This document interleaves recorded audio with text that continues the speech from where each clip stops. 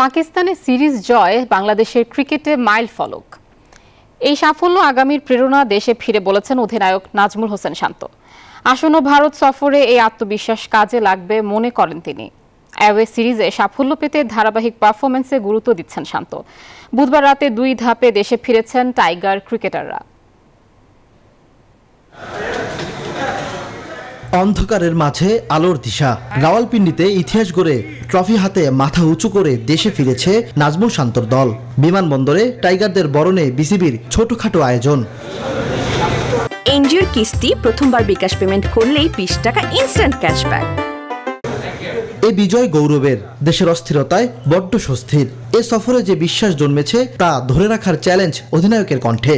এরকম সিরিজ জিতলে তো কনফিডেন্স অবশ্যই প্রত্যেকটা প্লেয়ারের মধ্যে থাকবে এবং টিমেরও একটা কনফিডেন্স লেভেলটা উপরের দিকে থাকবে। বাট ইন্ডিয়া সিরিজ যেটা আপনি বললেন, অবশ্যই কঠিন একটা সিরিজ। ওটার জন্য আমাদের নতুন করে আবার পরিকল্পনা করতে হবে, প্রিপারেশন নিতে হবে। ঝুলে আছে টাইগার মাস্টারমাইন্ড চান্ডিকা হাতুর সিং এর ভাগ্য। এই সিরিজের পর বিসিবিও হয়তো ভাবতে পারে ভিন্নভাবে। খুবই ক্লিয়ার কোচের সাথে এবং খুবই সাপোর্টিভ ছিল।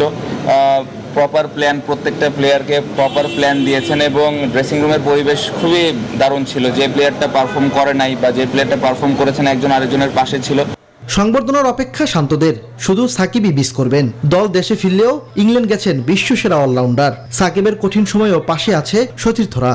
প্রধান উপদেষ্টার সাথে তো কথা হয়েছে, উনি দেখা করতে চেয়েছেন, যেটা আমি আগেও বলেছি।